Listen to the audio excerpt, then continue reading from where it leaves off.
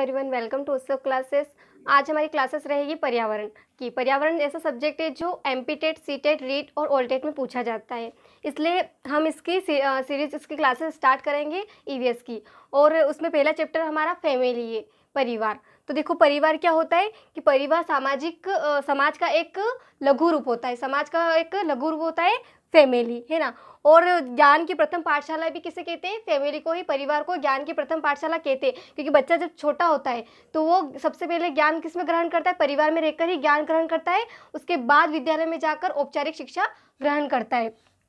और सामाजिक जीवन का आधार भी क्या होता है? परिवार ही माना जाता है। और परिवार में ही शिक्षा का प्रारंभ होता है बच्चे का। ठीक है, अब इसकी डेफिनेशन देख लेते हैं कि किस किस ने परिवार के बारे में अपनी क्या क्या राय दी है, या क्या क्या डेफिनेशन, क्या क्या कथन कहे हैं। तो सबसे पहले जेपी मडार्क की बात करते हैं। इन्होंने कहा है कि इन्होंने 250 परिवार, विश्व के 250 समाज का अध्ययन करके ये निष्कर्ष दिया कि जो समाज है वो परिवार जो है वो सार्वभौमिक है, मतलब हर जगह मौजूद है या फिर हर जगह व्याप्त है। कौन? परिवार। अब देखते हैं कि लूसी मेयर ने क्या कहा है। इन्होंने कहा कि गृहस्थ समूह जिसमें माता पिता और उसके संतान निवास करते हैं उसको परिवार माना जाता है। जिसमें दंपति और उसके संतानें निवास करती हैं उससे परिवार कहा जाता है। किसने कहा है? लूसी मेयर ने कहा है। अब बात करते हैं मैकाइवर एवं पेज की। तो मैकाइवर एवं पेज ने क्या कहा है कि यौन संबंधों पर आधारित एक छोटा समूह होता है जो बच्चे के जन्म और लालन पालन की व्यवस्था करता है। ये कहा है मैकाइवर और पेज ने कहा है। अब कॉम्टे जी की बात करते हैं। कॉम्टे ने क्या कहा है कि व्यक्ति नहीं वरन ही समाज के अध्ययन की इकाई है। क्या आपको समाज का अध्ययन करना है तो आप क्या करोगे? परिवार का अध्ययन करोगे, न कि व्यक्ति का। जो परिवार है वो समाज के अध्ययन की इकाई होती है। ठीक है, अब ब्रीफोल्ट ने क्या कहा था? ब्रीफोल्ट ने क्या कहा कि उन्होंने एक पुस्तक लिखी, दी मदर में उन्होंने दावा किया है कि वैवाहिक संबंध के प्रारंभिक चरण में सबसे बड़ी जो सत्ता थी वो माता के हाथ में रहती थी। उन्होंने ये दावा किया है, उनकी पुस्तक है दी मदर, उसमें कहा है। किसने कहा है? ब्रीफोल्ट ने कहा है। अब मार्गन की बात करती है। मार्गन ने कहा है कि रक्त संबंधियों में भी विवाह की मनाही नहीं थी और इसे ही समरक्त परिवार कहते हैं। देखो, रक्त संबंधियों में क्या थे? ब्लड रिलेशन में भी शादियाँ हो जाती थी पहले, इसे ही समरक्त परिवार कहते हैं। अब देखते हैं कि परिवार की टाइप्स क्या क्या है, उसके बारे में बात करते हैं। देखो, फैमिली के टाइप्स देखते हैं कि कितने टाइप्स के होते हैं। वैसे तो बहुत सारे टाइप्स हैं इसके, हम नंबर वाइज देखते हैं। संख्या के आधार पर कितने प्रकार परिवार के कितने प्रकार होते हैं? तो 2 टाइप्स होते हैं। एक तो संयुक्त परिवार होता है और एक एकल परिवार होता है। संयुक्त परिवार किसे कहते हैं?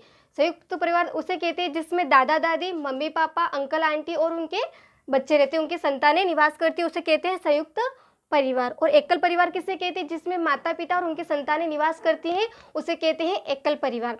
और भारत में जो है संयुक्त परिवार को ही आदर्श परिवार माना जाता है, क्योंकि इसी में बच्चों का सर्वांगीण विकास होता है, उनका मानसिक विकास होता है संयुक्त परिवार में। और एकल परिवार को आदर्श परिवार नहीं माना जाता है, क्योंकि इसमें बच्चा घुटन महसूस करता है, अकेलापन महसूस करता है। ठीक है, तो आदर्श परिवार किसको माना जाता है? संयुक्त परिवार को माना जाता है। अब बात करते हैं संपत्ति के आधार पर। संपत्ति के अधिकार के आधार पर कितने टाइप्स के होते हैं? तो 2 टाइप्स इसमें भी होते हैं। मिताक्षरा का नियम और दाएं भाग का नियम। ये इंपॉर्टेंट है, ये अधिकतर पूछा जाता है। मिताक्षरा का नियम क्या कहता है? इसमें यह है कि प्रत्येक सदस्य, परिवार का जो प्रत्येक सदस्य है वो उस संपत्ति का अधिकार होता है, उसको संपत्ति प्राप्त करने का अधिकार होता है प्रत्येक सदस्य को। ये कहता है मिताक्षरा का नियम। और दाएं भाग का नियम क्या कहता है कि जो पिंडदान कर सके अपने पूर्वजों को 6 पीढ़ी तक यही अधिकार चलता है, उसके बाद नहीं चलता। और ये अधिकतर बंगाल साइड ही पाया जाता है ऐसे परिवार। ठीक है, तो ये दोनों हो गए कंप्लीट। अब देखो, निवास के आधार पर कितने टाइप्स के होते हैं? 3 टाइप्स के होते हैं। पितृस्थानीय, मातृस्थानीय और नव स्थानीय। देखो, पितृस्थानीय निवास क्या होता है कि जब दंपति शादी करके आते हैं तो जब पति के पिता के घर पर ही रहा जाता है तो उसे कहते हैं पितृस्थानीय निवास। और अगर दंपति जो है अगर पत्नी अपनी माता के घर पर निवास करती है, वहीं पे रहते हैं, तो उनको क्या कहते हैं? मातृ स्थानीय निवास। और नव स्थानीय निवास उसे कहते हैं जब अगर शादी करके पति पत्नी किसी अन्य स्थान पर रहने के लिए चले जाए तो उसे कहते हैं नव स्थानीय निवास। चलो अब इसका अगला पॉइंट देखते हैं।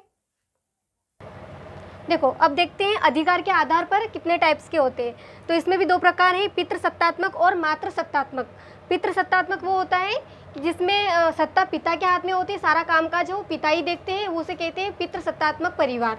और मातृसत्तात्मक परिवार उसे कहते हैं जो कामकाज या लेन देन सब माता के हाथ में होती है, उसे कहते हैं मातृसत्तात्मक परिवार। अधिकतर तो हमारे यहाँ पितृसत्तात्मक परिवार ही पाया जाता है। अब देखिए वंश नाम के आधार पर परिवार, इसमें भी दो टाइप से, पितृवंश और मातृवंश। पिता के वंश का नाम चलाते हैं और पिता का सरनेम ही यूज़ करते हैं तो पितृवंश, और माता का सरनेम चलाते हैं, माता का वंश का नाम चलाते हैं तो उसे कहते हैं मातृवंश परिवार। ठीक है। अब विवाह के आधार पर भी दो टाइप है, एक तो एक विवाह और एक है बहुविवाह। एक विवाह मतलब व्यक्ति एक ही शादी करता है तो वो एक विवाह कहलाता है, व्यक्ति अनेक शादियाँ करता है तो उसे कहते हैं बहुविवाह परिवार। ठीक है, समझ में आया? आज परिवार चैप्टर हमारा कंप्लीट हो गया है। ओके, फैमिली चैप्टर पूरा हमने एंड कर दिया है। अगर आपको अच्छा लगा है तो लाइक कीजिए। Thank you for watching.